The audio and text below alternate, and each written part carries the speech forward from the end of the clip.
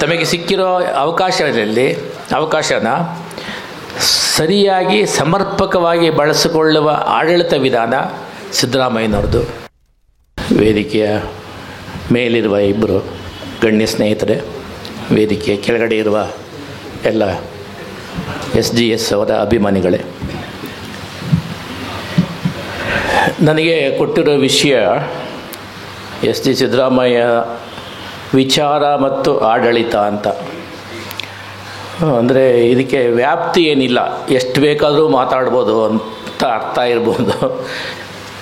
ವಿಚಾರ ಮತ್ತು ಆಡಳಿತ ಅಂತ ವಿಷಯಗಳನ್ನು ಮಂಡಿಸೋದಕ್ಕಿಂತ ಮೊದಲು ನನಗೂ ಮತ್ತು SD ಸಿದ್ದರಾಮಯ್ಯನವರಿಗಿದ್ದಂಥ ಬಾಂಧವ್ಯದ ಬಗ್ಗೆ ಕೆಲವು ಮಾತುಗಳನ್ನ ನಾನು ಹೇಳಬೇಕು.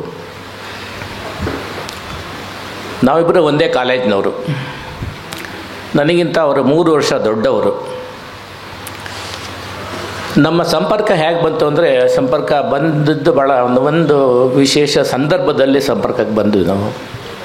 73ನೇ ಇಸ್ವಿ ಕ್ರೈಸ್ಟ್ ಕಾಲೇಜ್ ಕನ್ನಡ ಸಂಘದವರು ಚಿ ಶ್ರೀನಿವಾಸರಾಜು ಕನ್ನಡ ಸಂಘದಿಂದ ಮೊಟ್ಟ ಮೊದಲ ಪ್ರಕಟಣೆಯಾಗಿ ಕಾವ್ಯಂ ರಾಜಗೋಪಾಲರ ನದಿಯ ಮೇಲಿನ ಗಾಳಿ ಕವನ ಸಂಕಲನ ತಂದರು.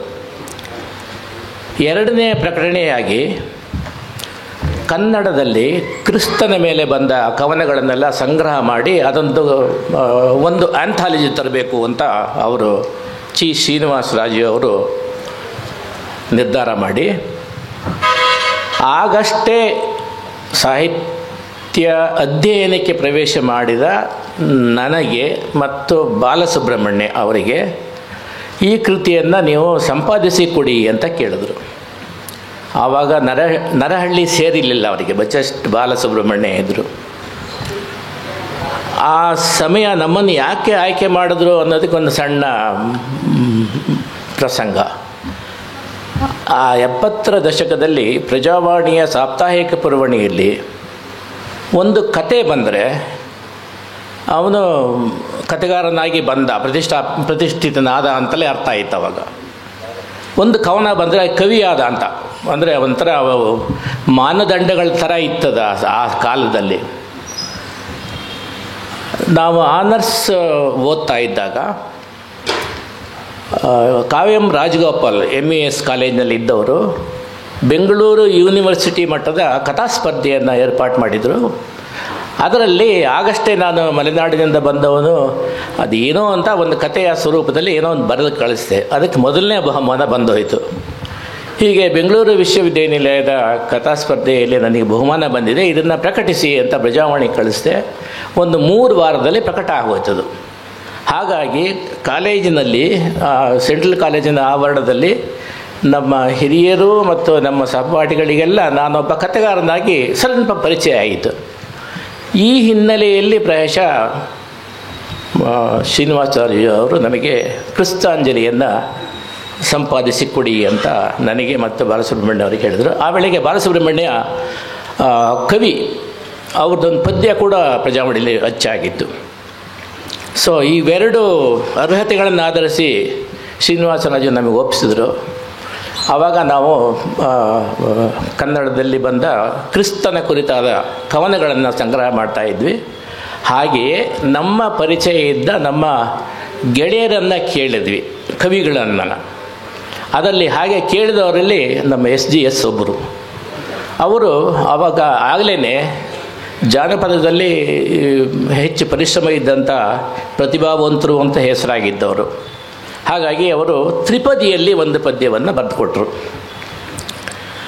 ಆ ಸಂದರ್ಭದಲ್ಲಿ ನಾನು ಮತ್ತು ನರಹಳ್ಳಿ ಇಬ್ಬರೂ ಕೆಲವು ಇದಕ್ಕೆ ಸಂಬಂಧ ಇಲ್ಲದಿದ್ದರೂ ಕೂಡ ಒಂದೆರಡು ಘಟನೆಗಳು ಹೇಳ್ಬೋದು. ಗೋಲ್ಗೊತಾದಿಂದ ಪಾಂಡೇಶ್ವರ ಗಣಪತಿರಾವ್ ಅವರಿಂದ, ಕುವೆಂಪು ಅವರಿಂದ ಅವರ ಕಲೆಕ್ಷನ್ನಲ್ಲಿದ್ದಂಥ ಎಲ್ಲ ಸಂಗ್ರಹಗಳನ್ನು ಕಲೆಕ್ಟ್ ಮಾಡಿದ್ವಿ. ಗೋಲ್ಗೊತ ಅದಕ್ಕೆ ಕಾವ್ಯಾಲಯದಿಂದ ಪ್ರಕಟ ಆಗಿತ್ತು. ಅದರ ಕಾಪಿರೈಟ್ ಯಾರಿಗಿತ್ತೋ ಗೊತ್ತಿಲ್ಲ. ಅದನ್ನು ಕಾಪಿರೈಟನ್ನು ಶ್ರೀನಿವಾಸರಾಜು ಮತ್ತು ಶ್ರೀನಿವಾಸರಾಜನೇ ಕಲೆಕ್ಟ್ ಮಾಡಿದ್ರು. ಕುವೆಂಪು ಅವ್ರದ್ದು ಒಂದು ಮಾತೆ ಮೀರಿ ಮಗು ಏಸು ಅನ್ನೋ ಒಂದು ಪದ್ಯ ತೊಗೊಂಡಿದ್ವಿ. ಅವರ ಅಂತ ಅನುಮತಿ ಪಡೆಯೋದಕ್ಕೆ ನಾವು ನೇರ ಉದಯರವಿಗೆ ಹೋದ್ವಿ. ನಾನು, ಬಾಲಸುಬ್ರಹ್ಮಣ್ಯ, ಶ್ರೀನಿವಾಸರಾಜು ಮತ್ತು ಎಚ್.ಎಸ್. ರಾಘವೇಂದ್ರ ರಾವ್. ಅದು ನಮ್ಮ ಮೊಟ್ಟ ಮೊದಲ ಭೇಟಿ ಮಹಾಕವಿಗಳದ್ದು. ಬಟ್ ತುಂಬ ಚೆನ್ನಾಗಿ ನಮ್ಮನ್ನು ಸ್ವೀಕಾರ ಮಾಡಿದ್ರು. ಆ ಪದ್ಯ ಬರೆಯೋದಕ್ಕೆ ಏನು ಪ್ರೇರಣೆ ಆಯಿತು ಅಂಥೇಳಿ ಅವರ ಮನೆಯಲ್ಲಿ ಒಂದು ಫೋಟೋ ಇತ್ತು, ಅದನ್ನು ತೋರಿಸಿ ಅವರು ಕುವೆಂಪು ಇದನ್ನು ನೋಡಿ ನಾನು ಬರೆದೆ ಅಂತ ಹೇಳಿದ್ರು. ಆಮೇಲೆ ಅವರು ಸ್ಪಷ್ಟವಾಗಿ ಹೇಳಿದ್ದು, ಒಂದು ಅಚ್ಚಿನ ತಪ್ಪಿರಬಾರ್ದು, ಹಾಗೆ ನೀವು ತನ್ನಿ ಅಂತ ಹೇಳಿದ್ರು. ಅದು ಕುವೆಂಪು ಅವರ ಜೊತೆಗೆ ಆದ ನಮ್ಮ ಮೊದಲ ಭೇಟಿ. ಆಮೇಲೆ ಒಂದು ಸಲ ಭೇಟಿಯಾಗಿದ್ವಿ, ಅದು ಇದಕ್ಕೆ ಸಂಬಂಧಿಸಿಲ್ಲ. ಕೆಲವರಿಗೆಲ್ಲ ಕಾಗದಗಳು ಬರೆದಿದ್ವಿ. ಬೇಂದ್ರೆಯವರಿಗೆ ಒಂದು ಕಾಗದ ಹಾಕಿದ್ವಿ, ರಿಪ್ಲೈಗೆ ಕಾರ್ಡ್ ಥರ ಕೊಟ್ಟಿದ್ವಿ. ಅವರು ಕಾರ್ಡಲ್ಲೇ ಒಂದು ಪದ್ಯ ಬರೆದು ಕಳಿಸಿದ್ರು ಬೇಂದ್ರೆಯವರು. ಒಂಥರ ಅದು ಅಂದರೆ ಆ ಸಂದರ್ಭದಲ್ಲಿ ನಾವೆಲ್ಲ ನೆನಪಲ್ಲಿ ಇಟ್ಕೊಳ್ಳೋ ಅಂಥ ಒಂದು ಸಂದರ್ಭ ಅದು. ಹಾಗೆಯೇ ಕ್ರಿಸ್ತಾಂಜಲಿ ಬಂತು. ಅದೇನೋ ಧರ್ಮಕರ್ಮ ಸಂಯೋಗನೇ ನನಗೆ ಗೊತ್ತಿಲ್ಲ. ಆವಾಗ ನಾನು ಸಂಪಾದಕನಾಗಿ ಕೆಲಸ ಮಾಡಿದವನು, ನಿನ್ನ ಮುಂದೆ ನಿನ್ನ ವೃತ್ತಿ ಬದುಕೆಲ್ಲ ಸಂಪಾದನೆಯಲ್ಲೇ ಇರಲಿ ಅಂತ ಏನು ಆಶೀರ್ವಾದ ಮಾಡಿದ್ರೆ ನನಗೆ ಗೊತ್ತಿಲ್ಲ. ನಾನು BA ಆನರ್ಸ್ ಮುಗಿಸಿ MA ಮಾಡಿದ ಮೇಲೆ ನಾನು ಪತ್ರಿಕಾ ವೃತ್ತಿಗೆ ಬರಬೇಕಾಯ್ತು. ಅಂದರೆ ಸಂಪಾದನೆ ಅಲ್ಲಿಂದ ಶುರುವಾಗಿದ್ದು ಇನ್ನೂ ನಿಂತಿಲ್ಲ. ಈಗಲೂ ಕೂಡ ಅನೇಕ ಗ್ರಂಥಗಳ ಸಂಪಾದನೆಯಲ್ಲಿ ನಾನು ತೊಡಗಿದ್ದೀನಿ. ಇದು ಪ್ರಾಸಂಗಿಕವಾಗಿ ಸಿದ್ದರಾಮಯ್ಯನವ್ರ ಜೊತೆಗೆ ಆದ ಭೇಟಿಯ ನಂತರದ ಬೆಳವಣಿಗೆ ಅಂತ ಈ ಸಂದರ್ಭದಲ್ಲಿ ನಾನು ನೆನಪು ಮಾಡ್ಕೊಳ್ತೀನಿ.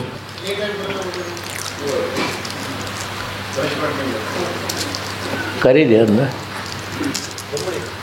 ಹೌದು, ಕರೀರಿ. ಕ್ಷಮೆ ಇರಲಿ ಕೊಡಿಸಿವ್ರೆ.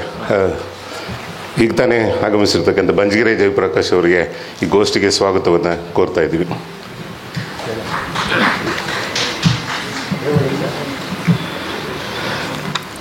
ಸೊ ಕ್ರಿಸ್ತಾಂಜಲಿ ಆದ ನಂತರ ನನ್ನ ಬದುಕಿನ ಹಾದಿ ಬೇರೆ ಆಯಿತು. SJS ಅವರು ಅಧ್ಯಾಪನ ವೃತ್ತಿಗೆ ಬಂದರು. ಆದರೆ ನಾವು ವಯಸ್ಸಿನ ಅಂತರ, ತರಗತಿ ಅಂತರ, ಅವರ ಹಿರಿಯರು ಕಿರಿಯರು ಈ ಥರದ ಭಾವನೆ ಏನೂ ಇರಲಿಲ್ಲ ನಮಗೆ. ಅದು ಯಾವಾಗ ಎಲ್ಲಿದ್ದರೋ ಅವರು ಖಾಸಗಿ ಕಾಲೇಜಲ್ಲಿ ತುಮಕೂರಿಗೆ ಸೇರಿಕೊಂಡ್ರು. ಕೆಲವು ವರ್ಷ, ಒಂದು 3 ವರ್ಷ ಅಲ್ಲಿ ಮಾಡಿದ್ರು.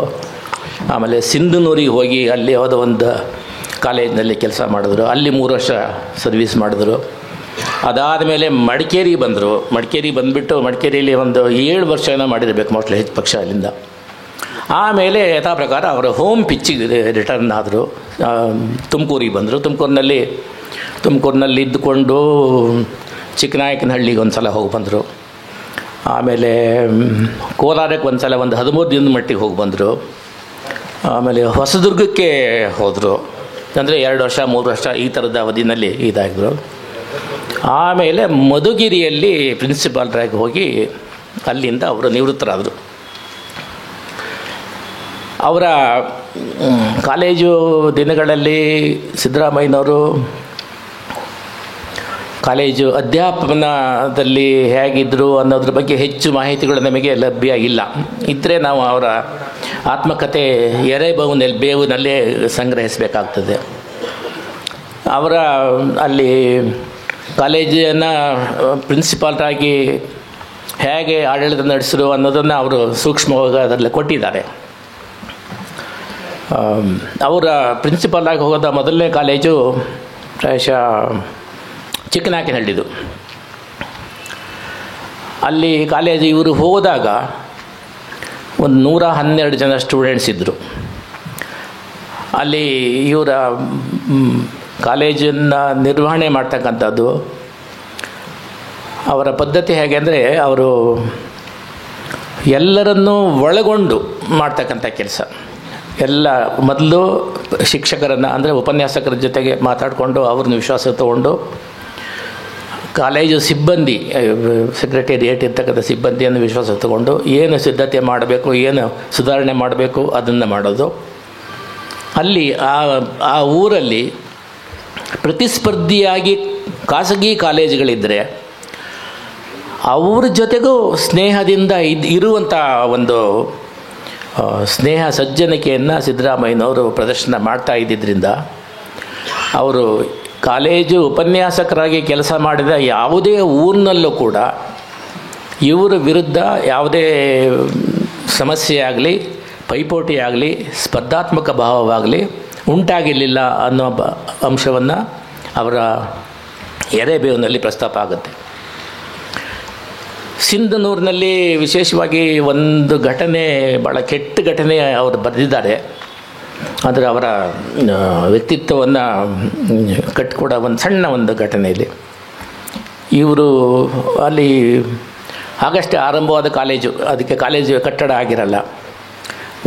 ಒಂದು ಪ್ರೈಮರಿ ಸ್ಕೂಲಲ್ಲೋ ಒಂದು ಹೈಸ್ಕೂಲಲ್ಲಿ ಅದನ್ನ ನಡೆಸ್ತಾ ಇರ್ತಾರೆ.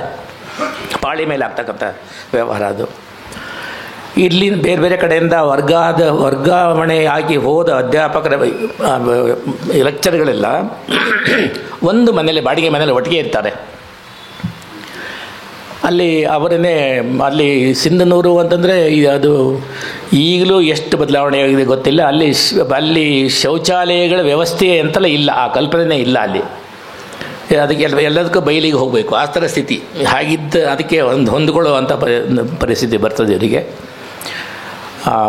ಅಡುಗೆ ಮಾಡಿಕೊಳ್ಳುವಾಗ ಹಂಚ್ಕೊಂಡು ಅಡುಗೆ ಮಾಡ್ತಾ ಇರ್ತಾರೆ.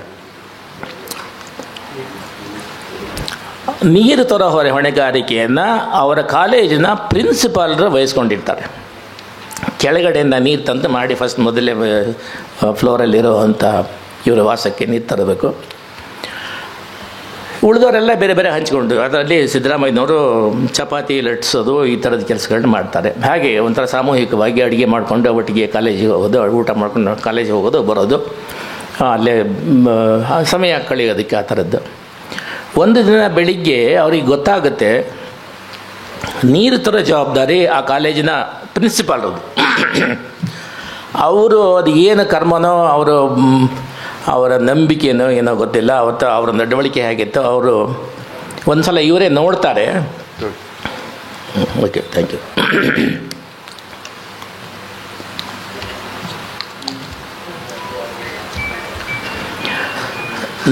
ನಲ್ಲಿಯಲ್ಲಿ ನೀರು ಹಿಡಿತಾ ಬಕೆಟ್ ಇಟ್ಟು ಅಲ್ಲೇ ಮುಖ ತೊಳಿತಾರೆ. ಮುಖ ತೊಳೆದ ನೀರು ಆ ಬಕೆಟ್ಟಿಗೆ ಬೀಳುತ್ತೆ. ಮುಖ ತೊಳೆದು ಎಲ್ಲ ಪೂರ್ತಿ ಉಳಿದೆಲ್ಲ ಸಂಸ್ಕಾರ ಮಾಡಿ ಆ ನೀರನ್ನು ಹಾಕಿ ಅದಕ್ಕೆ ಆಮೇಲೆ ಉಗೀತಾರೆ. ಅದೇ ನೀರನ್ನು ಹಿಡ್ಕೊಂಡು ಮೇಲೆ ತರ್ತಾರೆ.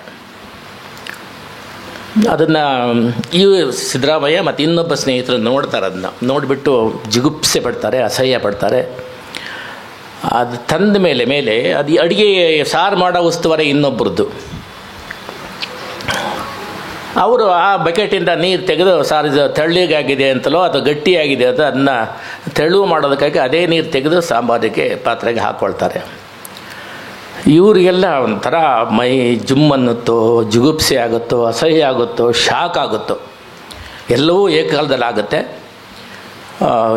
ಯಾರೂ ಏನೂ ಮಾತಾಡಲ್ಲ. ಇದನ್ನ ಈ ಘಟನೆಯನ್ನು ನೋಡಿದವರು ಅವರು ಪ್ರಿನ್ಸಿಪಾಲ್ ಊಟ ಆದಮೇಲೆ ಅವರು ಹೋದ ಮೇಲೆ ಊಟನೆಲ್ಲ ಪೂರ್ತಿ ಚೆಲ್ಲಿ ಹೊಸದಾಗಿ ಅಡುಗೆ ಮಾಡಿ ಊಟ ಮಾಡ್ತಾರೆ. ಅವ್ರಿಗೇನಾಗುತ್ತೆ, ಯಾಕೆ ಈ ಥರ ಮಾಡ್ತಿದ್ದಾರೆ ಅಂತಂದರೆ, ನಿಮಗೆ ಕುಬಿ ಮತ್ತು ಇಯಾಲ ಕಥೆಯಲ್ಲಿ ಒಂದು ಪ್ರಸ್ತಾಪ ಬರುತ್ತೆ. ತೇಜಸ್ವಿಯವರ ಕುಬಿ ಮತ್ತು ಇಯಾಲದಲ್ಲಿ. ಅಲ್ಲಿ ಇಯಾಲನ ಪಾಪ ಆ ಹೆಣ್ಮಗುದು ಅತ್ಯಾಚಾರ ಆಗುತ್ತೆ, ಕೊಲೆ ಆಗುತ್ತೆ. ಅದನ್ನ ಮಾಡಿದ ವ್ಯಕ್ತಿಗೆ ಅವನೊಬ್ಬ ಕಲ್ಲು ಒಡೆಯೋ ಕಾರ್ಮಿಕ, ಅವನೊಂದು ಭ್ರಮೆ. ಅವನು ಯಾಕೆ ಮಾಡ್ತಾನೆ ಅಂತಂದರೆ, ಅವನಿಗೊಂದು ಗುಹ್ಯ ರೋಗ ಇರುತ್ತೆ. ಅದನ್ನು ಬಾಲಕಿಯರಿಗೆ ವರ್ಗಾವಣೆ ಮಾಡಿದ್ರೆ ಅವನು ಬಚಾವಾಗ್ತಾನೆ ಅಂತ ಒಂದು ಮೌಢ್ಯ. ಅದು ಕಥೆಯಲ್ಲಿ. ಇಲ್ಲಿ ವಾಸ್ತವದಲ್ಲಿ ಅದೇ ನಂಬಿಕೆ ಅಂತೆ. ಆ ಪ್ರಿನ್ಸಿಪಾಲ್ರಿಗೆ ಯಾವುದೋ ರೋಗ ಇತ್ತಂತೆ. ಅದು ಇನ್ನೊಬ್ಬರಿಗೆ ಸೋಂಕಿದರೆ ಅದು ವಾಸಿಯಾಗುತ್ತೆ ಅಂತ ಅವ್ರ ಮೌಢ್ಯ, ಅದು ಮೂಢನಂಬಿಕೆ ಇತ್ತಂಥದ್ದು.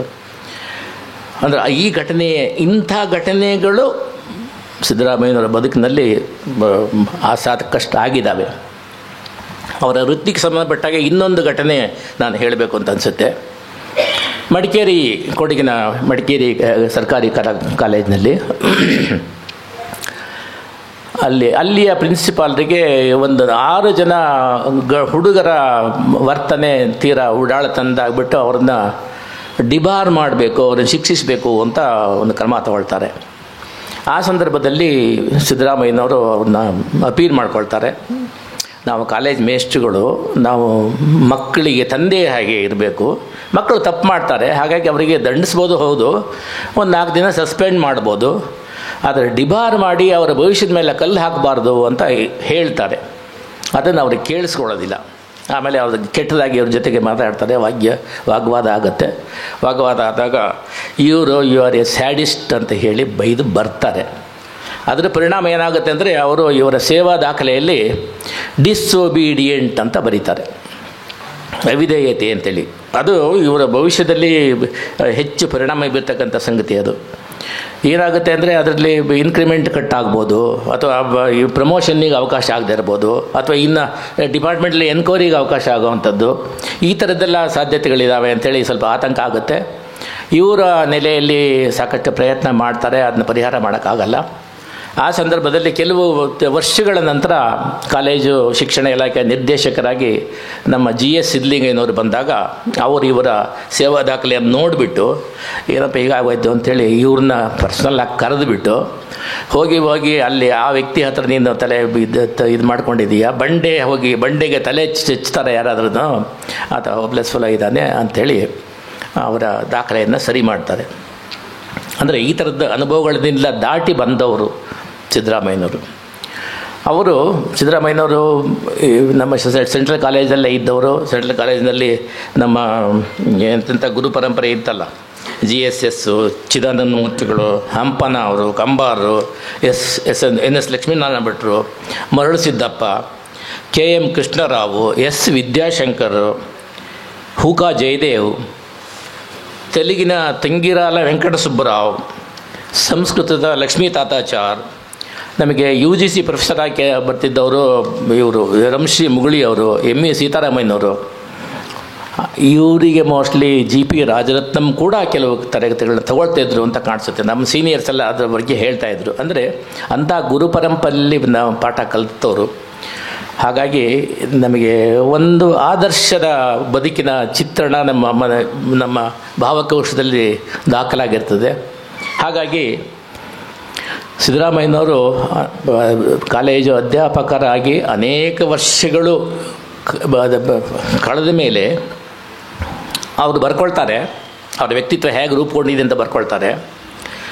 ಬೋಧನೆ ನನ್ನ ಬಾಳಿನ ಧರ್ಮವಾಗಿತ್ತು, ಕರ್ಮವಾಗಿತ್ತು, ಧರ್ಮ ಕರ್ಮಗಳ ಸಹಯೋಗದ ಸಂವಿಧಾನವಾಗಿತ್ತು.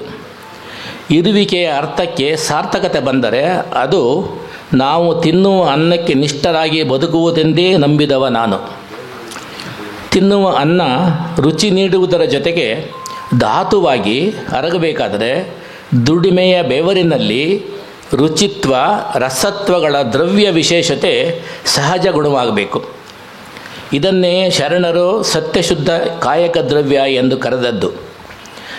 ಇಂಥ ಸತ್ಯಶುದ್ಧ ಕಾಯಕದಲ್ಲಿ ನಿಷ್ಠೆ, ನಂಬಿಕೆ ಇಟ್ಟುಕೊಂಡು ಬದುಕನ್ನು ಕಟ್ಟಿಕೊಂಡವನೆಂಬುದನ್ನು ಆತ್ಮ ಪ್ರತ್ಯಯದ ಭಾವದಲ್ಲಿ ನಿವೇದಿಸ ಬಯಸುತ್ತೇನೆ. ಇದು ಸಿದ್ದರಾಮಯ್ಯನವರು ತಮ್ಮ ವ್ಯಕ್ತಿತ್ವ ರೂಪುಗೊಂಡ ಬಗ್ಗೆ, ತಾವು ಅನುಸರಿಸ್ತಾ ಇದ್ದಂಥ ತತ್ವದ ಬಗ್ಗೆ ಬರ್ಕೊಂಡ ಭಾವ. ಇದರಲ್ಲಿ ಅತಿರೇಕ ನಾವು ಅವರನ್ನು ಹತ್ತಿರದಿಂದ ನೋಡಿದವರಿಗೆ ಖಂಡಿತ ಕಾಣ್ತಾ ಇಲ್ಲ. ಅವರ ಸಾಹಿತ್ಯದ ಕುರಿತಾಗಿ ಬೆಳಿಗ್ಗೆ ತುಂಬ 3 ಜನ ವಿದ್ವಾಂಸರು ಸಾಕಷ್ಟು ಮಾತಾಡಿದ್ದಾರೆ. ಅವರ 3 ಸಾಹಿತ್ಯದ ಗುಣಗಳು 3 ಅಂತ ಕೆಲವು ವಿಮರ್ಶಕರು ಹೇಳ್ತಾರೆ. ಅದು ವ್ಯಕ್ತಿ ಸಂಬಂಧ, ಪ್ರಕೃತಿ ಸಂಬಂಧ ಮತ್ತು ಪ್ರಜಾಪ್ರಭುತ್ವ ತತ್ವ ಸಂಬಂಧ. ಇವು 3 ಇಟ್ಕೊಂಡಿದ್ದಾರೆ ಅಂತ. ಅವರ ವಿಚಾರಗಳೆಲ್ಲ ಪೂರ್ತಿ ಸ್ವಾತಂತ್ರ್ಯ, ಸಮಾನತೆ ಮತ್ತು ಸೋದರತೆಗಳ ಮಿಶ್ರಣ ಅನ್ನೋದನ್ನು ನಾವೆಲ್ಲ ಹತ್ತಿರದಿಂದ ಕಂಡಿದ್ದೇವೆ. ಅವರು ಅಕಾಡೆಮಿಕ್ ಬದುಕಿನಿಂದ ನಿವೃತ್ತರಾದ ಮೇಲೆ ಅವರನ್ನು ಸರ್ಕಾರ ಕನ್ನಡ ಪುಸ್ತಕ ಪ್ರಾಧಿಕಾರಕ್ಕೆ ಅಧ್ಯಕ್ಷರಾಗಿ ನೇಮಕ ಮಾಡ್ತದೆ. ಅಂದರೆ ಒಂದು ಕಾಲೇಜಿನ ಉಪನ್ಯಾಸಕರಾಗಿ ಪ್ರಾಧ್ಯಾಪಕರಾಗಿ ಕೆಲಸ ಮಾಡಿದವರು ಸರ್ಕಾರದ ಒಂದು ಸಂಸ್ಥೆಯಲ್ಲಿ ಸರ್ಕಾರದ ನಿಯಮಗಳ ಅಡಿಯಲ್ಲಿ ನಿಯಮಗಳ ಜೊತೆಗೆ ಇದ್ದುಕೊಂಡು ಏನಾರು ಮಾಡಲಿಕ್ಕೆ ಎಷ್ಟು ಸಂಘರ್ಷ ಆಗ್ಬೋದು, ಏನು ಸವಾಲನ್ನು ಎದುರಿಸಿದ್ರು ಅನ್ನೋದ್ರ ಬಗ್ಗೆ ಹೆಚ್ಚು ವಿವರಗಳಿಲ್ಲ. ಆದರೆ ಅವರು ತುಂಬ ಯಶಸ್ವಿಯಾಗಿ ತಮ್ಮ ಪುಸ್ತಕ ಪ್ರಾಧಿಕಾರದ ಅಧ್ಯಕ್ಷ ಸ್ಥಾನವನ್ನು ನಡೆಸ್ಕೊಂಡ್ರು. ಆ ಕಾಲದಲ್ಲಿ ಕೆಲವು ಹೊಸ ಪ್ರಕಟಣೆಗಳನ್ನು ತಂದರು. ವಿಶೇಷವಾಗಿ ಪುಸ್ತಕ ಮಾರುಕಟ್ಟೆಗೆ ಸಂಬಂಧಪಟ್ಟಾಗೆ ಇಲ್ಲಿ ಮುದ್ರಣ ಮಾಡಿ ಅದು ಹೇಗೆ ಮಾರ್ಕೆಟಿಂಗ್ ಮಾಡುವಂಥ ವ್ಯವಸ್ಥೆ ಅದಕ್ಕಿಂತ ಮೊದಲು ಇದ್ದ ಹಾಗೆ ಇರಲಿಲ್ಲ. ಅದು ಹೇಗಿತ್ತೋ ಗೊತ್ತಿಲ್ಲ. ಇವರು ಬಂದ ಮೇಲೆ ಸಿರಿಗನ್ನಡ ಪುಸ್ತಕ ಮಳಿಗೆಯ ಪರಿಕಲ್ಪನೆಯನ್ನು ರೂಪಿಸಿದರು. ಇದೇ ಇಲ್ಲೇ ಪಕ್ಕದಲ್ಲಿ ರವೀಂದ್ರ ಕಲಾಕ್ಷೇತ್ರದ ಆಚೆ ಇರೋ ಸಿರಿಗನ್ನಡ ಪುಸ್ತಕ ಮಳಿಗೆ ಸಿದ್ದರಾಮಯ್ಯನವರ ಪರಿಕಲ್ಪನೆ. ಸರ್ಕಾರದ ವ್ಯವಸ್ಥೆ ಹೇಗೆ ಅಂದರೆ ಅದಕ್ಕೆ ಒಂದು ಪ್ರಪೋಸಲ್ ರೆಡಿ ಆಗುತ್ತೆ, ಅದಕ್ಕೆ ಕಡತ ಸಿದ್ಧವಾಗುತ್ತೆ. ಅದು ಕಡತ ಎಲ್ಲೆಲ್ಲಿಗೆ ಹೋಗಿ ಅಲ್ಲಿ ಅನುಮೋದನೆ ಪಡೆದು ವಾಪಸ್ ಬಂದು ಅದು ಜಾರಿ ಆಗೋ ವೇಳೆಗೆ ಒಂದು 2 ವರ್ಷ 3 ವರ್ಷ ಹೋಗಿರುತ್ತೆ. ಅದೇ ಪಾಡು ಇಲ್ಲೂ ಆಗುತ್ತೆ. ಯಾಕಂದರೆ ಸಿರಿಗನ್ನಡ ಪುಸ್ತಕ ಮಳಿಗೆಯ ಈ ಕಲ್ಪನೆಯನ್ನೇ ರೂಪಿಸಿದ ಸಿದ್ದರಾಮಯ್ಯನವರು ಅದು ಜಾರಿ ಆಗೋ ವೇಳೆಗೆ ಇವರ ಅವಧಿ ಮುಗಿದು ಹೋಗಿರುತ್ತೆ. ನಂತರ ಬಂದವರು ಅವ್ರು ತಮ್ಮ ಹೆಸರಿನಲ್ಲಿ ಅದಕ್ಕೆ ಕಲ್ಲು ಹಾಕ್ಕೊಂಡು ಅದು ಇನಾಗ್ರೇಟ್ ಮಾಡ್ತಾರೆ. ಇದು ಬೆಂಗಳೂರಿನ ಸಿರಿಗನ್ನಡ ಪುಸ್ತಕ ಮಳಿಗೆ ಅಲ್ಲದೆ ರಾಜ್ಯದ ವಿವಿಧ ಭಾಗಗಳಲ್ಲಿ ಒಂದು 16 ಪುಸ್ತಕ ಮಳಿಗೆಗಳಿಗೆ ಸಿದ್ದರಾಮಯ್ಯನವರು ಕಾರಣೀಭೂತರಾಗ್ತಾರೆ. ಅಂದರೆ ಪುಸ್ತಕಗಳನ್ನು ಪ್ರಕಟ ಮಾಡೋದಷ್ಟೇ ಅಲ್ಲ, ಅದು ಮಾರ್ಕೆಟಿಂಗ್ ಮಾಡಿ ಜನಗಳಿಗೆ ತಲುಪಬೇಕು ಅನ್ನೋದು. ಆಮೇಲೆ ಪುಸ್ತಕ ಪ್ರಾಧಿಕಾರದ ಕಲ್ಪನೆ, ಅದರ ಉದ್ದೇಶವೇ ಲೇಖಕರು, ಪ್ರಕಾಶಕರು ಮತ್ತು ಓದುಗರ ಮಧ್ಯೆ ಸಂಪರ್ಕ ಸೇತುವಾಗಿ ಕೆಲಸ ಮಾಡಬೇಕು ಅಂತ. ಅದಕ್ಕೆ ಕಾಲಕ್ಕೆ ಪುಸ್ತಕ ಸಂತೆಗಳು ಏರ್ಪಡಿಸೋದು, ಪುಸ್ತಕ ಪ್ರದರ್ಶನ ಏರ್ಪಡಿಸೋದು, ಈ ಥರದ್ದೆಲ್ಲ ಕೆಲವು ಕಾರ್ಯಕ್ರಮಗಳನ್ನು ಮಾಡಬೇಕಾಗುತ್ತೆ. ಅದು ಕೆಲವರು ಮಾಡಿದ್ದಾರೆ, ಕೆಲವರು ಮಾಡ್ತಾ ಇಲ್ಲ. ಬೇರೆ ಬೇರೆ ಆದ್ಯತೆಗಳಿರ್ತವೆ. ಆದರೆ ತಮಗೆ ವಹಿಸಿದ ಕೆಲಸವನ್ನು ಹೇಗೆ ನಿರ್ವಹಿಸಬೇಕು ಅನ್ನೋದನ್ನು ತುಂಬ ಸ್ಪಷ್ಟವಾಗಿ ಅರ್ಥ ಮಾಡಿಕೊಂಡು ಯಶಸ್ವಿಯಾಗಿ ಕಾರ್ಯನಿರ್ವಹಿಸಿದವರು ಸಿದ್ದರಾಮಯ್ಯನವರು. ಅಷ್ಟೇ, ಅದರ ಜೊತೆಗೆ ತಮಗೆ ಸರ್ಕಾರದಿಂದ ಬಂದ ಅನುದಾನದ ಪ್ರತಿ ಪೈಸೆಯ ಲೆಕ್ಕವನ್ನೂ ಕೂಡ ಅವರು ಅಧಿಕಾರದಿಂದ ನಿರ್ಗಮಿಸುವಾಗ ಅದಕ್ಕೊಂದು ಶ್ವೇತಪತ್ರ ರೂಪದಲ್ಲಿ ಹೊರಡಿಸಿ ಅದನ್ನು ಸರ್ಕಾರಕ್ಕೆ ಸಲ್ಲಿಸಿ ನಿರ್ಗಮಿಸಿದವರು ಸಿದ್ದರಾಮಯ್ಯನವರು. ಅಲ್ಲಿಂದ ಕೆಲವು ಕಾಲ ಇದಾಗುತ್ತೆ ಅವರಿಗೆ. ಅಂದರೆ 1-2 ವರ್ಷದ ಗ್ಯಾಪ್ ನಂತರ ಅವರು ಕನ್ನಡ ಅಭಿವೃದ್ಧಿ ಪ್ರಾಧಿಕಾರದ ಅಧ್ಯಕ್ಷರಾಗ್ತಾರೆ. ಕನ್ನಡದ ಅಭಿವೃದ್ಧಿ ಪ್ರಾಧಿಕಾರ ಅಂತಂದರೆ ಅದು ವಿಧಾನಸೌಧದಲ್ಲಿ ಸರ್ಕಾರದ ಒಂದು ಇಲಾಖೆಯ ಮಹತ್ವದ ಇಲಾಖೆಯ ಸ್ವರೂಪದಲ್ಲಿರ್ತಕ್ಕಂಥದ್ದು ಪುಸ್ತಕ ಅಭಿವೃದ್ಧಿ ಪ್ರಾಧಿಕಾರ. ಅದನ್ನು ಕನ್ನಡದ ಹಿತರಕ್ಷಣೆಗೆ ಕನ್ನಡಕ್ಕೆ ಅದು ಪುಸ್ತಕ ಅಭಿವೃದ್ಧಿ ಪ್ರಾಧಿಕಾರಕ್ಕೆ ದೊಡ್ಡ ಜವಾಬ್ದಾರಿ ಇದೆ. 1983ರಲ್ಲಿ ಕನ್ನಡ ಕಾವಲು ಸಮಿತಿಯಾಗಿ ಅಸ್ತಿತ್ವಕ್ಕೆ ಬಂದಿದ್ದು. ಅದರ ಮೊದಲ ಅಧ್ಯಕ್ಷರಾಗಿದ್ದವರು ಈಗಿನ ಮುಖ್ಯಮಂತ್ರಿ ಸಿದ್ದರಾಮಯ್ಯನವರು. ಅದಾದ ಮೇಲೆ ಅದಕ್ಕೆ ಪಾಟೀಲ್ ಪುಟ್ಟಪ್ಪನವರು ಅಧ್ಯಕ್ಷರಾಗಿ ಬರ್ತಾರೆ. ಆವಾಗಲೇ ಅದಕ್ಕೆ ಸ್ವಲ್ಪ ಹೆಚ್ಚು ಆಡಳಿತದ ಎಲ್ಲ ಹಂತದಲ್ಲಿ ಕನ್ನಡ ಜಾರಿಗೆ ತರೋದ್ರ ಬಗ್ಗೆ ಇವರು ಪಾಟೀಲ್ ಪುಟ್ಟಪ್ಪನವರು ಹೋದಲ್ಲಿ ಬಂದಲ್ಲಿ ಪತ್ರಿಕಾಗೋಷ್ಠಿ ಕರೆದು ಇಲ್ಲ ಅಧಿಕಾರಿಗಳಿಗೆ ತರಾಟೆ ತಗೊಂಡು ಎಲ್ಲರಿಗೂ ಹೆದರಿಸಿ ಬೆದರಿಸಿ 90% ಆಗಿದೆ, 95% ಜಾರಿ ಬಂದಿದೆ, 98% ಜಾರಿಗೆ ಬಂದಿದೆ ಅಂತೇಳಿ ಪ್ರಚಾರ ತಗೊಳ್ತಾಯಿದ್ರು ಆ ಟೈಮ್ನಲ್ಲಿ. ಅದು ಎಷ್ಟಾಗಿದೆಯೋ ಗೊತ್ತಿಲ್ಲ ಆ್ಯಕ್ಚುಲಿ. ಅದನ್ನು ಆ ಸಂದರ್ಭದಲ್ಲಿ ಕನ್ನಡ ಅಭಿವೃದ್ಧಿ ಪ್ರಾಧಿಕಾರದ ಇನ್ನೊಬ್ಬರು ಸದಸ್ಯರಾದ ಚನ್ನಬಸಪ್ಪ ಅವರು ಒಂದು ಸಭೆಯಲ್ಲಿ ಅದನ್ನು ಪ್ರಶ್ನೆ ಮಾಡಿ ಅದಕ್ಕೆ ಅವರು ತಿರುಗಿಬಿದ್ದು ಅಲ್ಲಿ ಇನ್ನೊಬ್ಬರು ಸದಸ್ಯರು ಇವರು ಚನ್ನಬಸಪ್ಪನವ್ರಿಗೆ ಎಳೆದು ಒಂದಿಷ್ಟು ದೈಹಿಕ ಹಲ್ಲೆ ಮಾಡಿ ಆ ಥರದ್ದೇನೋ ಆಯಿತು ಅಂತ ಚನ್ನಬಸಪ್ಪನವರೇ ತಮ್ಮ ಆತ್ಮಕಥೆಯಲ್ಲಿ ಬರ್ಕೊಂಡಿದ್ದಾರೆ. ಅದರಿಂದ ಅಂದರೆ ಪಾಟೀಲ್ ಪುಟ್ಟಪ್ಪನವರ ಕಾಲದಲ್ಲಿ ಬರೀ ಪ್ರಚಾರದಲ್ಲಿ ಇತ್ತು ಅಷ್ಟೇ. ಆಮೇಲೆ ಕೆಲವರೆಲ್ಲ ಬಂದರು, ಸಾಕಷ್ಟು ಜನ ಅಧ್ಯಕ್ಷರು ಬಂದರು. ಕೆಲವರು ಇದನ್ನು ತಂದರು, ಏನು ಇಂಗ್ಲೀಷ್ ಟೈಪ್ ರೈಟರ್ ಇದ್ರೆ ಅದನ್ನ ಹೊತ್ಕೊಬರೋದು, ಸೀಲ್ಗಳನ್ನ ಹೊತ್ಕೊಬರೋದು, ಈ ಥರದ್ದೆಲ್ಲ ಕೆಲವು ನಾಟಕ ಒಂಥರ ಬೇರೆ ಬೇರೆ ರೀತಿಯ ಚಟುವಟಿಕೆಗಳಾದವು. ಅಂದರೆ ಈ ಚಟುವಟಿಕೆಗಳ ಹಿನ್ನೆಲೆಯಲ್ಲಿ ಇದನ್ನೆಲ್ಲ ಗಮನಿಸಿದ್ದ ಸಿದ್ದರಾಮಯ್ಯನವರು ತಮ್ಮದೇ ಆದ ರೀತಿಯಲ್ಲಿ ಕನ್ನಡ ಅಭಿವೃದ್ಧಿ ಪ್ರಾಧಿಕಾರದ ಹಕ್ಕುಗಳೇನು, ಅಧಿಕಾರಗಳೇನು ಅದನ್ನು ಗಮನಿಸಿ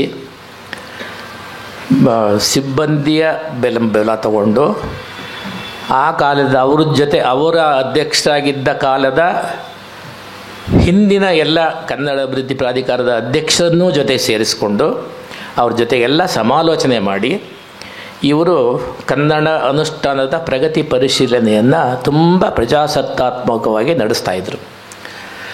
ಆ ಸಂದರ್ಭದಲ್ಲಿ ಅವರು ಪ್ರಾಧಿಕಾರದ ಒಂದು ಗೃಹ ಪತ್ರಿಕೆಯಾಗಿ ಕನ್ನಡ ಜಾಗೃತಿ ಅಂತ ಪತ್ರಿಕೆಯನ್ನು ತರ್ತಾಯಿತ್ತು.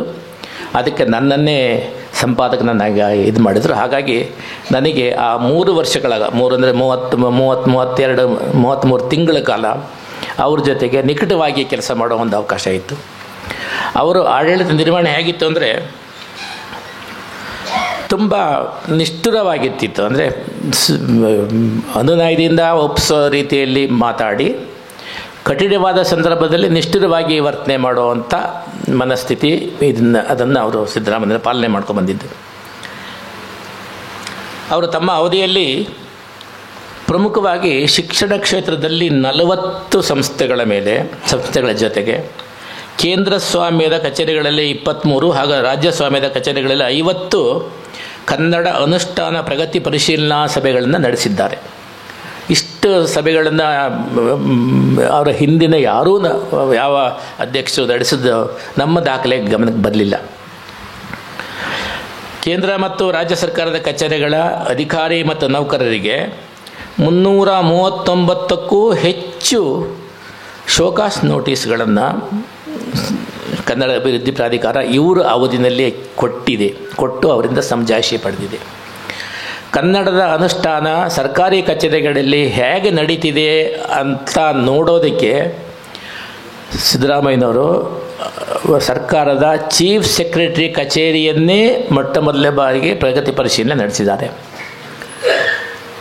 ಒಬ್ಬ IAS ಅಧಿಕಾರಿ ಕನ್ನಡ ವಿರೋಧಿಯಾಗಿ ತನ್ನ ಟಿಪ್ಪಣಿ ಹಾಕಿದ್ದನ್ನು ಪ್ರಶ್ನೆ ಮಾಡಿ ಅವರಿಗೆ ನೋಟಿಸ್ ಕೊಟ್ಟು ಅವರಿಂದ ಸೂಕ್ತ ಸಮಜಾಯಿಷಿ ಕೇಳಿದಾಗ ಅವರು ಸರಿಯಾಗಿ ಸ್ಪಂದಿಸದೇ ಇದ್ದಾಗ ಅವರ ಸೇವೆ ರಾಜ್ಯಕ್ಕೆ ಬೇಕಾಗಿಲ್ಲ ಅಂತ ಅದೇ ದಿನವೇ ಸರ್ಕಾರಕ್ಕೆ ಬರೆದು ಅವರ ಸೇವೆಯನ್ನು ಮರುದಿನವೇ ಕೇಂದ್ರಕ್ಕೆ ವರ್ಗಾವಣೆ ಆಗುವಂತೆ ಮಾಡಿರುವ ಒಂದು ಕಟ್ಟುನಿಟ್ಟಿನ ಕ್ರಮ ಸಿದ್ದರಾಮಯ್ಯನವ್ರದ್ದು. ಕನ್ನಡಕ್ಕೆ ಸಂಬಂಧಪಟ್ಟ ಹಾಗೆ ಅವರ ಕನ್ನಡ ಅಭಿವೃದ್ಧಿ ಪ್ರಾಧಿಕಾರದ ಅಧ್ಯಕ್ಷರಾಗಿದ್ದಾಗ ಅವರು 3 ಅಂಶಗಳನ್ನು ಒತ್ತು ನೀಡ್ತಾಯಿದ್ರು.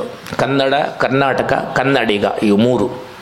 ಇದಕ್ಕೆ ಧಕ್ಕೆ ಆದಾಗ ಅಥವಾ ಇದರ ಪ್ರಶ್ನೆ ಬಂದಾಗ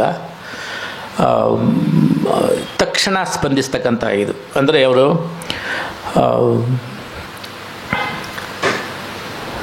ಆಗಾಗ ಭೇಟಿ ಕೊಡ್ತಕ್ಕಂಥ ಕಚೇರಿ ಆಗಿರಲಿಲ್ಲ.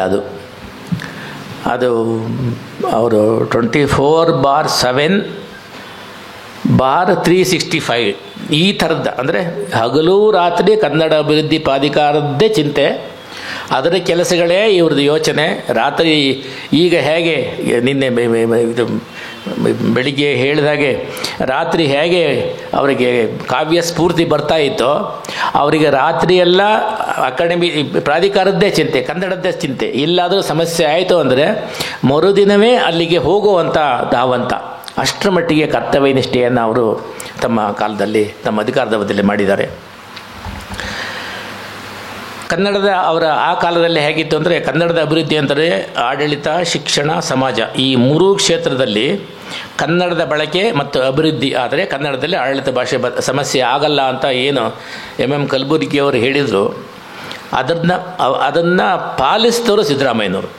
ಕನ್ನಡ ಭಾಷೆ ಶಿಕ್ಷಣದಲ್ಲಿ ಕನ್ನಡ ಭಾಷಾ ಕಲಿಕೆಯ ಅಧಿನಿಯಮದ ಜಾರಿ, ತಾಂತ್ರಿಕ ಶಿಕ್ಷಣದಲ್ಲಿ ಕನ್ನಡ ಕಲಿಕೆಗೆ ಒತ್ತು, ತಂತ್ರಜ್ಞಾನದಲ್ಲಿ ಕನ್ನಡ ಅಳವಡಿಕೆಗೆ ಆಯವ್ಯಯ ಘೋಷಣೆ ಮತ್ತು ವರದಿ ಸಲ್ಲಿಕೆ, ಸರ್ಕಾರಿ ಶಾಲೆಗಳ ಸಬಲೀಕರಣ ವರದಿ, ಉದ್ಯೋಗದಲ್ಲಿ ಕನ್ನಡಿಗರಿಗೆ ಬದುಕು ಕಟ್ಟಿಕೊಡುವ ಡಾಕ್ಟರ್ ಸರೋಜಿನಿ ಮಹಿಷಿ ಪರಿಷ್ಕೃತ ವರದಿ ಸಲ್ಲಿಕೆ, ಸಾಮಾಜಿಕವಾಗಿ ಕನ್ನಡ ಅನುಷ್ಠಾನದ ವಿಷಯದಲ್ಲಿ ನಾಮಫಲಕ ಕಾಯ್ದೆಯ ಪರಿಶೀಲನೆ, ಹೀಗೆ ಕನ್ನಡ ಭಾಷಾ ಬಳಕೆಗೆ ಸೂಕ್ತ ಸ್ಥಾನಮಾನ ಕೊಡುವ ದಿಸೆಯಲ್ಲಿ ಸರಿಯಾದ ಮತ್ತು ಹಿತಕರವಾದ ದಾರಿಯನ್ನು ಸಿದ್ದರಾಮಯ್ಯನವರು ತಮ್ಮ ಅಧಿಕಾರದ ಅವಧಿಯಲ್ಲಿ ಕಂಡುಕೊಂಡರು ಅಂಥೇಳಿ ಅದನ್ನು ನಾವು ಗಮನಿಸಿದ್ದೇವೆ. ಕನ್ನಡ ಅಭಿವೃದ್ಧಿ ಪ್ರಾಧಿಕಾರ ಈ ಕನ್ನಡ ಅನುಷ್ಠಾನದ ಪ್ರಗತಿ ಸಮೀಕ್ಷೆ ಮಾಡಿದ ತಕ್ಷಣ ಅದರ ಸಮೀಕ್ಷೆ ಮಾಡಿದ ನಂತರ ಅದನ್ನ ಏನು ಸಲಹೆಗಳನ್ನು ಸರ್ಕಾರ ಕೊಡುತ್ತೆ ಅದನ್ನ ಸರ್ಕಾರ ಪಾಲನೆ ಮಾಡಿ ಅಂಗೀಕರಿಸಿ ಪಾಲನೆ ಮಾಡಿದ್ದು ಆ ದಿನಗಳ ವಿಶೇಷ. ಅದು ಎಲ್ಲ ಇಲಾಖೆಗಳ ವ್ಯವಹಾರಗಳು ಕನ್ನಡದಲ್ಲಿ ನಡೆಸುವಂತೆ ಕರ್ನಾಟಕ ಸರ್ಕಾರದ ಮುಖ್ಯ ಕಾರ್ಯದರ್ಶಿಯವರೇ ಸುತ್ತೋಲೆ ಹೊರಡಿಸುವಂತೆ ಮಾಡಿದ್ದು ಸಿದ್ದರಾಮಯ್ಯರ ಕಾಲದಲ್ಲಿ. ಭಾಷೆಯ ಆಧಾರದಲ್ಲಿ ಒಂದು ರಾಜ್ಯವಾಗಿ ಏಕೀಕರಣವಾದ 6 ದಶಕಗಳ ನಂತರ ಅದೇ ಮೊದಲ ಬಾರಿಗೆ ರಾಜ್ಯ ಸರ್ಕಾರದ ಸಂಪುಟ ಸಭೆಗೆ ಟಿಪ್ಪಣಿಗಳನ್ನು ಕನ್ನಡದಲ್ಲಿಯೇ ಸಿದ್ಧಪಡಿಸುವಂತೆ ಮುಖ್ಯ ಕಾರ್ಯದರ್ಶಿಯವರು ಮಹತ್ವದ ಸುತ್ತೋಲೆ ಹೊರಡಿಸಿರುವುದು ಪ್ರಾಧಿಕಾರದ ಕನ್ನಡ ಅನುಷ್ಠಾನ ಬದ್ಧತೆಗೆ ಒಂದು ನಿದರ್ಶನ ಅಂತ ನಾವು ಆ ಸಂದರ್ಭದಲ್ಲಿ ದಾಖಲೆ ಮಾಡಿದ್ದೀವಿ. ಇದು ಸಿದ್ದರಾಮಯ್ಯನವರು ಆಸಕ್ತಿ ವಹಿಸಿದ್ದು ಈ ಪ್ರಗತಿ ಪರಿಶೀಲನೆ ಸಂದರ್ಭದಲ್ಲಿ ಆಯಾ ಇಲಾಖೆಗಳ ಜಾಲತಾಣಗಳು ಕನ್ನಡದಲ್ಲಿ ಎಷ್ಟು ಇದೀವೆ ಅಂತ ಪರಿಶೀಲನೆ ಮಾಡಿದ್ದು. ಎಲ್ಲ ವೆಬ್ಸೈಟ್ಗಳಲ್ಲಿ ಇಂಗ್ಲೀಷ್ ಮಯವಾಗಿದ್ದನ್ನು ಇವರು ತಕ್ಷಣಕ್ಕೆ ಗಮನಿಸಿ ಅವು ಎಲ್ಲವೂ ಇಂಗ್ಲೀಷು ಕನ್ನಡದಲ್ಲೇ ಇರಬೇಕು, ಇಂಗ್ಲೀಷು ಆಪ್ಷನಲ್ ಆಗಿರಬೇಕು ಅಂತ ಈ ಥರದ ನಿಯಮಗಳು ಮಾಡಿದ್ದು. ನಾಮಫಲಕಗಳನ್ನು ಕನ್ನಡಕ್ಕೆ ಆದ್ಯತೆ ಕೊಟ್ಟು ಮಾಡಬೇಕು ಅಂತ ಅವರು ಆ ಸಂದರ್ಭದಲ್ಲಿ ಎತ್ತಿದ ಪ್ರಶ್ನೆಗೆ ಸರ್ಕಾರದ ಮಟ್ಟದಲ್ಲಿ ಅದು ಕಾರ್ಮಿಕ ಇಲಾಖೆಗೆ ಬರುತ್ತೋ ವಾಣಿಜ್ಯ ಇಲಾಖೆಗೆ ಬರುತ್ತೋ ಅಂತ ಜಿಜ್ಞಾಸೆ ಇದ್ದು ಅದು ಹಾಗೇ ಸರಿಯಾಗಿ ಇತ್ಯರ್ಥ ಆಗದೆ ಈಚೆಗೆ ಒಂದು ಸರ್ಕಾರವೇ ಸುಗ್ರೀವಾಜ್ಞೆ ಹೊರಡಿಸಿ ಅದಲ್ಲದೆ ಅದು ನಿಯಮ ಒಂದು ಕಾಯ್ದೆಯನ್ನು ಮಾಡಿ ಈಗ ಅದನ್ನ ಯಶಸ್ವಿಯಾಗಿ ಜಾರಿ ತಂದಿದೆ. ಇದಕ್ಕೆ ಈ ಕಾಯ್ದೆಯ ಸ್ವರೂಪ ಕೊಡಬೇಕು ಅನ್ನೋದಕ್ಕೆ ಕಾರಣಕರ್ತರಾದವರು ಸಿದ್ದರಾಮಯ್ಯನವರು, ಸಿದ್ದರಾಮಯ್ಯನವರು. ಇವರು ಮಾಡಿರೋ ಪರಿಶೀಲನೆ ಕನ್ನಡ ಭಾಷಾ ಬಳಕೆಯ ಪ್ರಗತಿಯನ್ನು ಪರಿಶೀಲನೆ ಮಾಡಿದ್ದಲ್ಲಿ ಕೇಂದ್ರ ಉದ್ಯಮಗಳಲ್ಲಿ ವಿಶೇಷವಾಗಿ ಕೆಂಪೇಗೌಡ ಅಂತಾರಾಷ್ಟ್ರೀಯ ವಿಮಾನ ನಿಲ್ದಾಣ, HAL, BEL, BHEL, ITI ಇವೆಲ್ಲ ಕನ್ನಡ ಅಭಿವೃದ್ಧಿ ಅಲ್ಲೆಲ್ಲ ಹೋಗಿ ಕನ್ನಡ ಅಭಿವೃದ್ಧಿ ಪ್ರಾಧಿಕಾರದ ಅಧಿಕಾರ ಮತ್ತು ಕನ್ನಡ ಬಳಕೆಯ ಅನಿವಾರ್ಯತೆಯನ್ನು ಅವರಿಗೆ ಬೋಧಿಸಿ ಬಂದಿದ್ದು, ಅವರಿಗೆ ಮನವರಿಕೆ ಮಾಡಿ ಬಂದಿದ್ದು ಸಿದ್ದರಾಮಯ್ಯನವರ ಆಡಳಿತ ಕಾಲದಲ್ಲಿ. ಆಡಳಿತದಲ್ಲಿ ಕನ್ನಡ ಅನುಷ್ಠಾನ ಮಾತ್ರ ಅಲ್ಲದೆ ಕನ್ನಡಿಗರಿಗೆ ಉದ್ಯೋಗ, ಶಿಕ್ಷಣದಲ್ಲಿ ಕನ್ನಡಕ್ಕೆ ಆದ್ಯತೆ, ಗಡಿ ಭಾಗದ ಕನ್ನಡಿಗರಿಗೆ ಶಿಕ್ಷಣದಲ್ಲಿ ಮೀಸಲಾತಿ ಮತ್ತಿತರ ಕ್ಷೇತ್ರದಲ್ಲಿ ಎಡೆಬಿಡದೆ ಕ್ರಿಯಾಶೀಲವಾಗಿತ್ತು ಪ್ರಾಧಿಕಾರ. ಆ ಸಂದರ್ಭದಲ್ಲಿ ಪ್ರಾಥಮಿಕ ಹಂತದಲ್ಲಿ ರಾಜ್ಯ ಭಾಷೆಯಲ್ಲಿ ಶಿಕ್ಷಣ ನೀಡುವ ಶಿಕ್ಷಣ ತಜ್ಞರ ಒತ್ತಾಸೆಗೆ ಪ್ರಬಲ ಧ್ವನಿಯಾಗಿತ್ತು. ಆ ಸಂದರ್ಭದಲ್ಲಿ ಕೇಂದ್ರ ಸರ್ಕಾರ ಅವಸರದಲ್ಲಿ ಜಾರಿಗೆ ತಂದ ಹೊಸ ಶಿಕ್ಷಣ ನೀತಿಯ ಲೋಪದೋಷಗಳನ್ನು ಅದಕ್ಕೊಂದು ಶಿಕ್ಷಣ ತಜ್ಞರ ಜೊತೆಗೆ ಸಭೆ ಏರ್ಪಡಿಸಿ ಅದಕ್ಕೆ ಶಿಫಾರಸುಗಳನ್ನು ಮಾಡಿ ಅಲ್ಲಿಗೆ ಕೇಂದ್ರಕ್ಕೆ ಕಳಿಸಿದ್ದು ಕೂಡ ಇವ್ರ ಕಾಲದಲ್ಲೇ. ಕನ್ನಡ ಮಾಧ್ಯಮ ಸರ್ಕಾರಿ ಶಾಲೆಗಳಲ್ಲಿ ಇಂಗ್ಲೀಷ್ ಮಾಧ್ಯಮವನ್ನು ಆರಂಭ ಮಾಡಬೇಕು ಅನ್ನೋ ಸರ್ಕಾರದ ನಿರ್ಧಾರಕ್ಕೆ ಪ್ರಬಲ ವಿರೋಧವನ್ನು ವ್ಯಕ್ತಪಡಿಸಿದ್ದು ಪ್ರಾಧಿಕಾರ. ಅದು ಅದರಲ್ಲಿ ಯಶಸ್ವಿ ಆಗಲಿಲ್ಲ ಬೇರೆ ಬೇರೆ ಕಾರಣಕ್ಕಾಗಿ.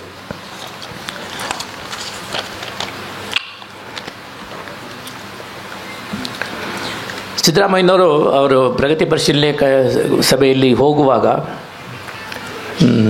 ಆ ಕಾಲದ ಆಗಿದ್ದ ಎಲ್ಲ ಹಿಂದಿನ ಅಧ್ಯಕ್ಷರ ಜೊತೆಗೆ ಅವ್ರನ್ನೂ ಕರ್ಕೊಂಡು, ಆಮೇಲೆ ಶಿಕ್ಷಣ ತಜ್ಞರನ್ನು ಕರ್ಕೊಂಡು, ಕೆಲವು ಸಾಹಿತಿಗಳನ್ನ ಕರ್ಕೊಂಡು ಪರಿಶೀಲನಾ ಸಭೆಗೆ ಹೋಗ್ತಾಯಿದ್ರು. ಹಾಗಾಗಿ ಅವರಿಗೆ ಮಾಹಿತಿಗಳ ಕೊರತೆ ಇರಲಿಲ್ಲ.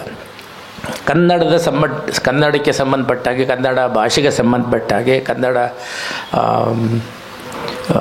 ಶಾಲೆಗಳಿಗೆ ಸಂಬಂಧಪಟ್ಟ ಹಾಗೆ ಕೇಂದ್ರ ಸರ್ಕಾರದ ಜೊತೆಗೆ ವ್ಯವಹರಿಸಬೇಕಾದಂಥ ಸಂದರ್ಭದಲ್ಲಿ 3 ಸಲ ದೆಹಲಿಗೆ ನಿಯೋಗಗಳನ್ನ ಕರ್ಕೊಂಡೋಗಿ ಅಲ್ಲಿಂದ ಕೇಂದ್ರ ಸರ್ಕಾರದ ಜೊತೆಗೆ ವ್ಯವಹರಿಸಿದ್ದು ಸಿದ್ದರಾಮಯ್ಯನವರ ಕಾಲದ ವಿಶೇಷಗಳು. ರಾಜ್ಯದ ಎಲ್ಲ MP ಗಳ ಜೊತೆಗೆ, ಎಲ್ಲ ಸಚಿವರ ಜೊತೆಗೆ, ಎಲ್ಲ ವಿದ್ವಾಂಸರ ಜೊತೆಗೆ ನಿಕಟವಾದ ಸಂಪರ್ಕ ಇಟ್ಕೊಂಡು ಕನ್ನಡದ ಕೆಲಸಕ್ಕಾಗಿ ದುಡಿಯುವಂಥ ಕೆಲಸವನ್ನು ಮಾಡಿದ್ದನ್ನು ಅನೇಕರು ಮುಕ್ತ ಕಂಠದಿಂದ ಪ್ರಶಂಸಿಸಿದ್ದಾರೆ. ಅದರಲ್ಲೂ ನಮ್ಮ ಈ ಹಂಸಲೇಖ ಅವರು, ಆಮೇಲೆ ಈಗ 87ನೇ ಸಾಹಿತ್ಯ ಸಮ್ಮೇಳನ ಅಧ್ಯಕ್ಷರಾಗಿ ನಿಯೋಜಿತರಾದ ಗುರು ಚನ್ನಬಸಪ್ಪನವರು, ಕನ್ನಡ ಮತ್ತು ಕನ್ನಡ ಅಭಿವೃದ್ಧಿ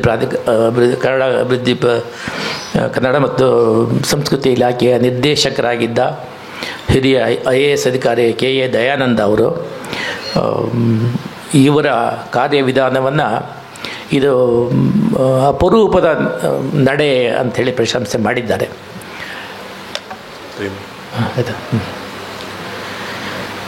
ಕನ್ನಡ ಅಭಿವೃದ್ಧಿ ಪ್ರಾಧಿಕಾರದ ಎಲ್ಲ ಕೆಲಸಗಳು ಆ ದಿನಗಳ ಸರ್ಕಾರದ ಕಾರ್ಯಕ್ರಮಗಳಿಗೂ ಸರ್ಕಾರದ ಸಾಧನೆಗಳಾಗಿ ದಾಖಲಾಗೋ ರೀತಿಯಲ್ಲಿ ಕೆಲಸ ಮಾಡಿದವರು ಸಿದ್ದರಾಮಯ್ಯನವರು. ಪ್ರಾಧಿಕಾರಕ್ಕೆ ಅನುದಾನ ಹೆಚ್ಚಬೇಕು ಅಂತ ಎಲ್ಲ ಕೇಳ್ತಿದ್ರೆ ಇವರು ಈ ಕೊಟ್ಟಿರೋ ಅನುದಾನ ಸಾಕು, ಇಷ್ಟಲ್ಲೇ ಪರಿಣಾಮಕಾರಿಯಾಗಿ ಕೆಲಸ ಮಾಡ್ಬೋದು ಅಂತ ಹೇಳಿ ಮಾಡಿ ತೋರಿಸಿದವರು. ಹಾಗಾಗಿ ಅವರು ಕನ್ನಡ ಅಭಿವೃದ್ಧಿ ಪ್ರಾಧಿಕಾರದ ಈಚಿನ ದಿನಗಳಲ್ಲಿ ಇವರ ಅವಧಿ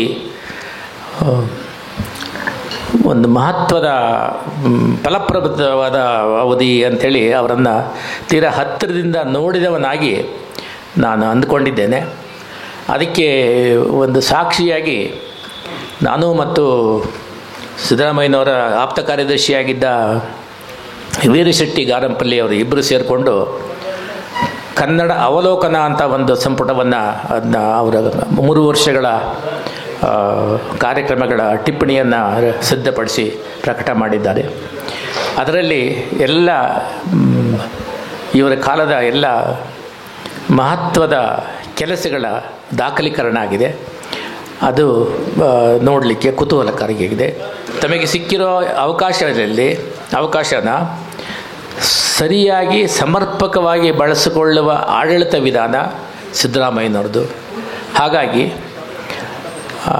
ಅವರಿಗೆ ಯಾವುದೇ ಅವರು ಕನ್ನಡ ಪುಸ್ತಕ ಪ್ರಾಧಿಕಾರದ ಅಧ್ಯಕ್ಷರಾಗಿದ್ದಾಗಲೂ ಕನ್ನಡ ಅಭಿವೃದ್ಧಿ ಪ್ರಾಧಿಕಾರದ ಅಧ್ಯಕ್ಷರಾಗಿದ್ದಾಗಲೂ ಸರ್ಕಾರ ಅವರ ಮೇಲೆ ಇಟ್ಟ ವಿಶ್ವಾಸಕ್ಕೆ ಚ್ಯುತಿ ಬಾರದ ಹಾಗೆ ನಡೆದುಕೊಂಡ ಒಂದು ಅನನ್ಯ ವ್ಯಕ್ತಿತ್ವವನ್ನು ಸಿದ್ದರಾಮಯ್ಯನವರು ದಾಖಲಿಸಿದ್ದಾರೆ ಅಂಥೇಳಿ ಈ ಸಂದರ್ಭದಲ್ಲಿ ನಾನು ಹೇಳ್ತೀನಿ. ಇಷ್ಟು ನಾನು ಹೇಳ್ಬೋದಾದ ಮಾತುಗಳು. Thank you.